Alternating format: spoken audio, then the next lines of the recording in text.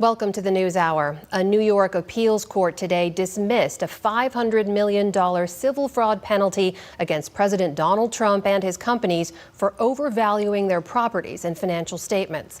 In the ruling, the judges upheld the fraud judgment, but said, quote, the $500 million to the state of New York is an excessive fine that violates the Eighth Amendment of the United States Constitution. The case centers on allegations that Mr. Trump misled banks and insurers by inflating or deflating the value of his assets when it suited him and exaggerated his net worth by billions of dollars.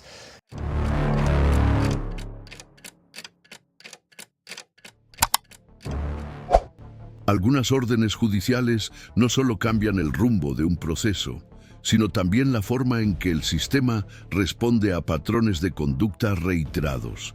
El 22 de diciembre, en una audiencia del Tribunal Supremo del Estado de Nueva York, se dictó una orden judicial de forma inmediata, sin previo aviso ni calendario de aplicación gradual.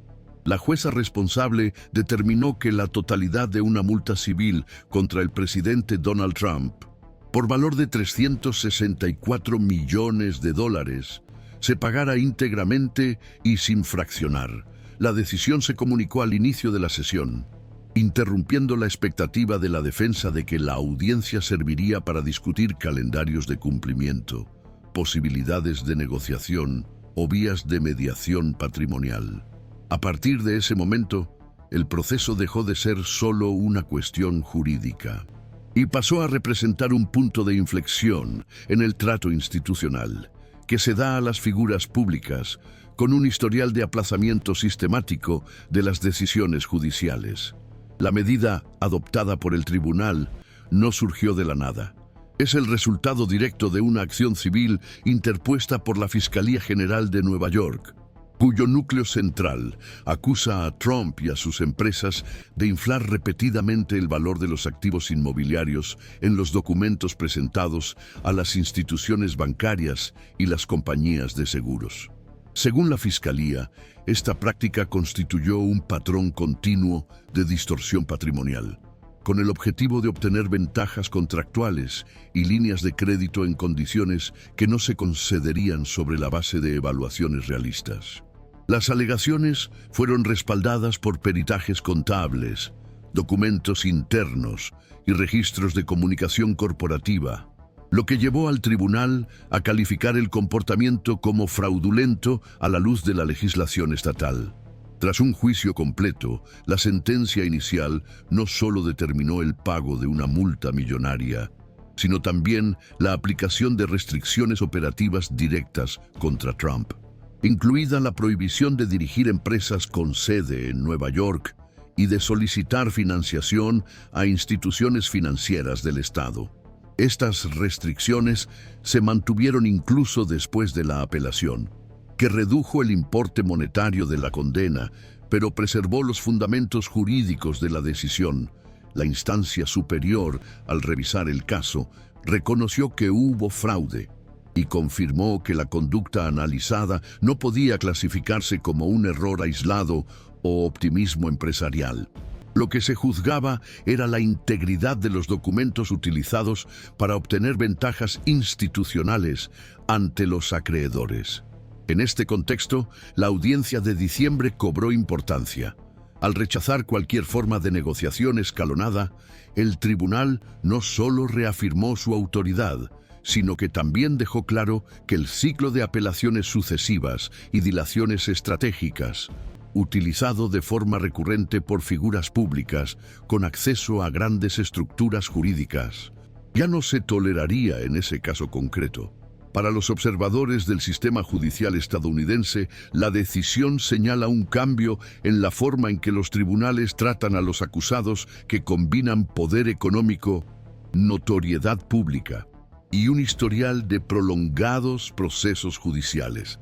El impacto del episodio no se limitó a lo que ocurrió dentro de la sala en ese momento. El efecto inmediato de la decisión fue introducir un elemento de urgencia financiera en una estructura patrimonial compuesta principalmente por activos de baja liquidez. Trump tiene participaciones en proyectos inmobiliarios de alto valor, pero de lenta conversión, como campos de golf, hoteles y propiedades emblemáticas como la Trump Tower. Estos activos no son fácilmente convertibles en efectivo, especialmente a corto plazo y bajo presión judicial. Los consultores especializados señalan que la falta de liquidez inmediata, combinada con el bloqueo del acceso a los bancos del propio Estado, coloca a la defensa en una posición de riesgo operativo. Sin alternativas de crédito disponibles, el cumplimiento de la orden dependerá directamente de la venta forzosa de activos, lo que puede desencadenar disputas paralelas sobre la titularidad, la valoración y la validez de los contratos. La estructura jurídica del caso también limita la actuación de la defensa. A diferencia de otras jurisdicciones en las que es posible convertir una multa en garantías futuras o acuerdos de pago a plazos judiciales, el tribunal neoyorquino optó por un modelo de ejecución directa, autorizando incluso el uso de medidas coercitivas previstas para situaciones de incumplimiento deliberado. Entre estas medidas se encuentra la posibilidad de prisión civil por desacato, algo inusual en procesos de naturaleza patrimonial, pero legalmente previsto cuando el acusado se niega a cumplir órdenes válidas de manera reiterada. Con ello, el caso adquiere una capa adicional de tensión institucional, ya que el Poder Judicial pasa a ejercer no solo su función de juzgar, sino también su poder de coerción directa, incluso contra individuos de relevancia nacional. La consecuencia más visible del episodio es la reconfiguración del espacio que ocupa Trump en la arena pública. Al ser acusado de fraude confirmado judicialmente, el presidente ve su imagen empresarial confrontada por decisiones de instancias formales, con consecuencias no solo financieras, sino también reputacionales. Este cambio de posición se produce en un contexto en el que la viabilidad de su futura actuación política depende, en parte, del mantenimiento de una narrativa de competencia administrativa y éxito privado. El proceso, al poner en jaque esta narrativa, amplía el campo de disputa sobre lo que realmente sustenta su legitimidad ante sus seguidores, donantes y aliados. En un sistema en el que las decisiones judiciales de gran repercusión se interpretan a menudo según la lógica del enfrentamiento político, el caso también desafía los límites entre los poderes. Al ejercer su autoridad sin concesiones, el tribunal refuerza su independencia, pero también se expone a las críticas de sectores que ven en las decisiones judiciales instrumentos de interferencia indirecta en el proceso electoral. La línea que separa la aplicación de la ley de la percepción de selectividad institucional se vuelve así más tenue, lo que amplía aún más la complejidad de los efectos en cadena que pueden surgir a partir de ese punto. Análisis como este ayudan a comprender que en muchos casos el funcionamiento efectivo de las instituciones se produce en momentos en los que los procedimientos dejan de ser rutinarios y pasan a exigir respuestas más incisivas. Por eso, el seguimiento detallado de estos episodios, realizado con rigor y sin atajos, sigue siendo una pieza fundamental para comprender cómo funciona el sistema en su dimensión real. A partir de ese momento, la comprensión del caso pasa a depender menos de la figura individual de Donald Trump y más de las interacciones entre los poderes formales que estructuran el sistema de responsabilidad civil en los Estados Unidos. La demanda fue presentada por la Fiscalía General del Estado de Nueva York, autoridad con prerrogativas constitucionales para iniciar procedimientos civiles en nombre del interés público, especialmente cuando hay indicios de prácticas empresariales que violan las normas de integridad financiera o causan daños sistémicos al entorno regulatorio estatal. El organismo basó su argumentación en disposiciones de la Ley de Sociedades de Nueva York, que prevé sanciones no solo monetarias, sino también estructurales, cuando se demuestra que una persona o entidad ha utilizado artificios contables con el fin de obtener ventajas ilícitas frente a acreedores o inversores. Por lo tanto, no se trata de una disputa contractual entre partes privadas, sino de una acción institucional respaldada por mecanismos que tienen por objeto proteger la confianza en el sistema financiero en su conjunto. La Fiscalía defendió que los documentos presentados por Trump a diferentes bancos a lo largo de los años no solo contenían estimaciones cuestionables, sino que estas estimaciones se utilizaron de forma reiterada, estandarizada y estratégica, lo que constituye una forma de manipulación sistémica. El juicio, por su parte, no se limitó al análisis de uno o dos inmuebles específicos. Se examinaron patrones de declaración patrimonial que involucraban múltiples propiedades en diferentes periodos y con datos que divergían sustancialmente de las evaluaciones independientes registradas en otras instancias. Es en este contexto que la decisión judicial de ejecutar íntegramente la multa adquiere densidad institucional, al optar por no permitir pagos a plazos o calendarios escalonados. El tribunal no solo se basó en la gravedad de la conducta juzgada, sino también en el historial de litigios que involucraban al acusado. Los registros públicos muestran que Trump y las empresas vinculadas a él han estado involucrados en cientos de procesos judiciales en las últimas décadas, adoptando con frecuencia estrategias de aplazamiento, apelaciones sucesivas y disputas formales sobre competencias territoriales y documentales. Aunque estas estrategias están permitidas legalmente, existe un consenso cada vez mayor entre los jueces estatales de que el uso reiterado de tales prácticas puede comprometer la eficacia de las decisiones judiciales y desvirtuar el objetivo de la tutela jurisdiccional. A partir de este reconocimiento, el Tribunal Estatal de Nueva York recurrió a un dispositivo procesal que permite la anticipación coercitiva de la ejecución cuando existe el riesgo de que se frustre el cumplimiento futuro. Esto incluye situaciones en las que hay pruebas de vaciamiento patrimonial, transferencias atípicas entre empresas controladas por el mismo grupo o, incluso, indicios de movimientos societarios orientados a la evasión de la responsabilidad civil. La jurisprudencia del Estado autoriza medidas de bloqueo preventivo de activos, embargo preliminar y, en casos extremos, incluso el nombramiento de interventores judiciales temporales para garantizar la preservación de los bienes sujetos a ejecución. Además, el proceso puso de manifiesto un área sensible de la gobernanza empresarial: la falta de transparencia en la comunicación con los acreedores institucionales. Según las alegaciones de la Fiscalía, los informes financieros presentados por el grupo Trump habrían omitido riesgos relevantes o alterado parámetros de evaluación sin una justificación técnica clara.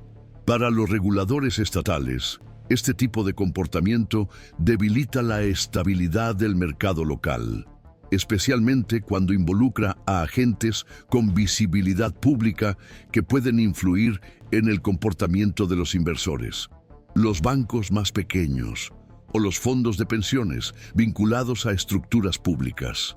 Otro factor que amplió la dimensión institucional del caso fue la convergencia entre diferentes esferas del poder público. Aunque el proceso es de naturaleza civil y ha sido iniciado por una fiscalía estatal, se desarrolla en paralelo a otras investigaciones en curso, tanto a nivel federal como en otras jurisdicciones estatales.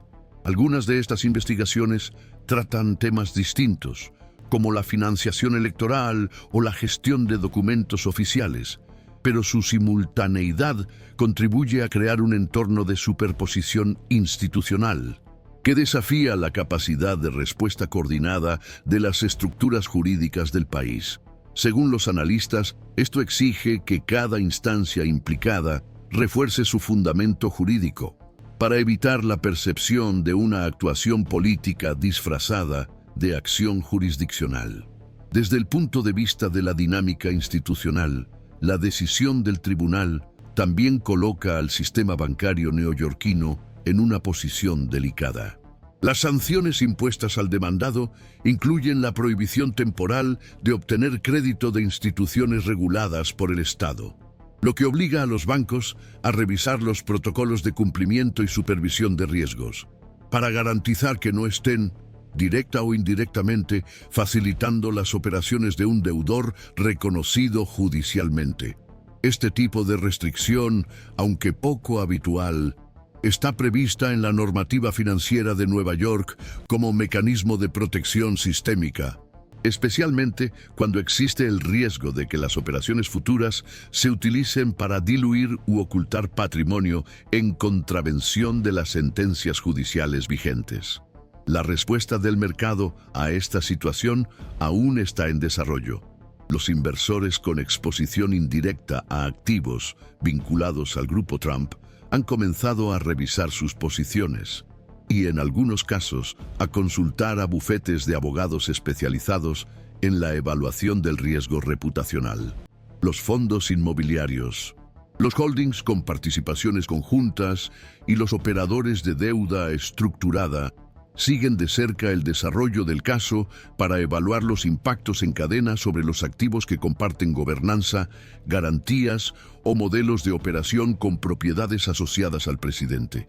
También hay registros de que empresas proveedoras y socios comerciales han iniciado una reevaluación contractual para protegerse de posibles incumplimientos derivados de bloqueos judiciales o acciones de ejecución futura. Esta convergencia ayuda a comprender por qué el episodio dejó de tratarse como una disputa privada y pasó a analizarse como un caso de prueba de la capacidad institucional del sistema judicial para aplicar sanciones contundentes contra agentes con recursos financieros e influencia política. El foco ahora se desplaza progresivamente de la figura individual a los mecanismos formales que sustentan la eficacia de las decisiones judiciales, especialmente cuando están en juego valores elevados, el impacto público y la posibilidad de una reacción política coordinada. En otras palabras, el caso opera en dos niveles: el de la ejecución inmediata y el de la afirmación de la autoridad institucional en un entorno de presión. Es en este tipo de escenario donde los análisis continuos y estructurados marcan la diferencia. Seguir con atención cómo reaccionan los diferentes organismos públicos ante decisiones de esta envergadura permite comprender la lógica que hay detrás de las acciones y las posibles repercusiones, incluidas aquellas que, a primera vista, no parecen estar directamente relacionadas. Existen opiniones divergentes sobre el verdadero alcance institucional de la decisión emitida por la Corte Suprema del Estado de Nueva York contra Donald Trump. Para una parte significativa de la comunidad jurídica, el episodio debe interpretarse como un refuerzo de la autoridad del Poder Judicial Estatal para aplicar sanciones civiles compatibles con la gravedad de las conductas consideradas fraudulentas, independientemente del peso político o la proyección pública del acusado. Según esta interpretación, el tribunal habría seguido el procedimiento habitual, activando los instrumentos previstos para garantizar la ejecución efectiva de una sentencia ya confirmada en instancia revisora. La exigencia de pago inmediato se entendería, por tanto, como consecuencia operativa de un largo proceso, en el que la defensa tuvo la oportunidad de manifestarse, recurrir y contestar dentro de las reglas del sistema. Una segunda interpretación, sin embargo, alerta sobre lo que sucede cuando una decisión jurídicamente sólida se cruza con un entorno político altamente cargado. Para estos observadores, el punto central no es negar la legitimidad de la medida, sino reconocer que las decisiones de alto impacto financiero pueden generar efectos indirectos en la gobernanza democrática, especialmente cuando se producen en periodos cercanos a disputas electorales relevantes. Desde esta perspectiva, la temporalidad del acto y su potencial de impacto patrimonial pueden explotarse para sustentar narrativas de persecución institucional, contribuyendo a la erosión de la confianza pública en la neutralidad del poder judicial. El riesgo en este caso no sería la decisión en sí, sino la forma en que puede ser narrada y utilizada políticamente. Los analistas políticos añaden que el caso altera el patrón de riesgo al que se enfrentan los donantes, los aliados partidarios y los operadores que gravitan en torno al sistema de apoyo de Trump. Una orden que exige la movilización inmediata de cientos de millones de dólares crea un problema operativo que trasciende el ámbito jurídico. La presión por la liquidez a corto plazo, sumada a las dificultades de crédito, las barreras reputacionales y la posibilidad de que los activos queden bloqueados por disputas judiciales, impone decisiones administrativas bajo un alto nivel de estrés y con poco margen de maniobra. Esto tiende a debilitar la planificación a medio plazo y a aumentar la dependencia de redes de apoyo externas, lo que a su vez reconfigura la relación de fuerzas entre el acusado y sus patrocinadores institucionales. Existe también un tercer eje de debate que no se centra en la justicia o injusticia de la decisión, sino en las consecuencias prácticas en caso de que el pago no se efectúe íntegramente en el plazo establecido.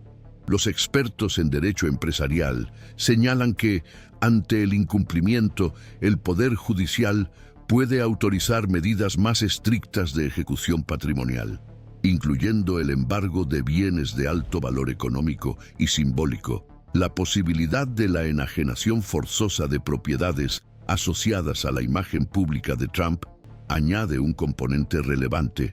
El impacto no se limita al patrimonio, sino que alcanza la arquitectura narrativa que sustenta su trayectoria pública. La ejecución judicial, en este formato, puede producir efectos duraderos sobre la percepción colectiva del poder, el éxito y la autoridad. A nivel sistémico, el episodio reabre el debate sobre los límites de la coacción en los procesos civiles.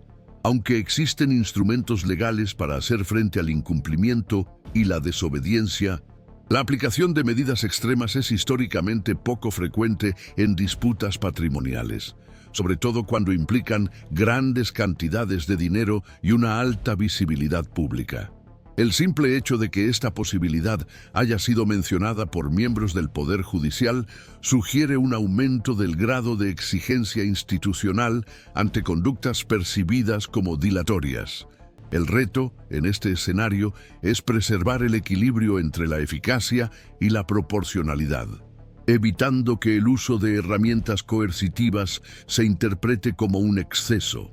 En un contexto de polarización, cualquier endurecimiento puede convertirse en una narrativa de parcialidad, con repercusiones en la credibilidad del sistema. Los registros de los tribunales estatales indican que las decisiones con este nivel de severidad son poco comunes y, cuando surgen, suelen estar relacionadas con fraudes empresariales de gran repercusión económica y social. Aún así, es raro que tales medidas recaigan sobre individuos que actúan políticamente de manera activa, con presencia constante en el debate público y capacidad de movilización narrativa. Esta combinación hace que el episodio actual sea un caso particularmente delicado, no solo por el volumen financiero, sino por el entorno institucional en el que se produce. Un juicio técnicamente localizado, en este contexto, repercute inmediatamente en el ámbito partidista, en el ecosistema de financiación y en el debate público sobre la legitimidad. En el plano jurídico, los próximos movimientos dependerán del tipo de respuesta estratégica adoptada por la defensa.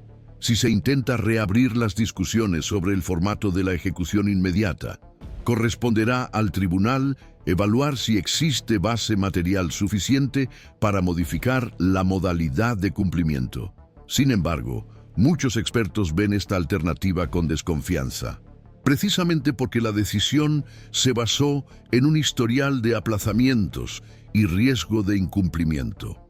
Otra posibilidad sería buscar soluciones financieras fuera de los tribunales, mediante negociaciones con acreedores, inversores o patrocinadores privados para recaudar los fondos necesarios. Sin embargo, esta vía suele implicar concesiones comerciales significativas, y puede imponer costes adicionales, tanto financieros como de reputación. En un escenario ya marcado por el litigio y la inestabilidad, desde el punto de vista político, el episodio aún está en proceso de acomodación. Los grupos y los líderes se dividen entre contener los daños, reducir la repercusión inmediata y convertir el caso en un instrumento de movilización. Hay quienes ven en la decisión una señal de solidez institucional. Hay quienes la utilizan como base para narrativas de selectividad.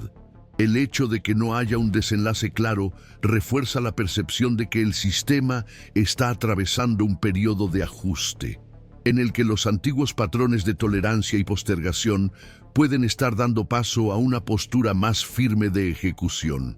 En este escenario, la característica dominante es la incertidumbre. No hay un camino definido para el cierre del caso. El desenlace dependerá de la respuesta operativa de la defensa, de la capacidad real de movilización de recursos bajo restricciones crecientes, de la reacción de otros actores institucionales y de la forma en que la opinión pública absorberá o cuestionará la legitimidad de las medidas en curso. La decisión se ha tomado, pero sus efectos sistémicos siguen en proceso.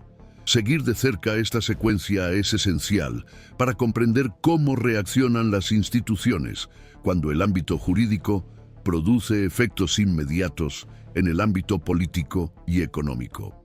Y es precisamente por eso que seguiremos observando de cerca, sin atajos, sin promesas, solo con rigor analítico sobre lo que está en juego,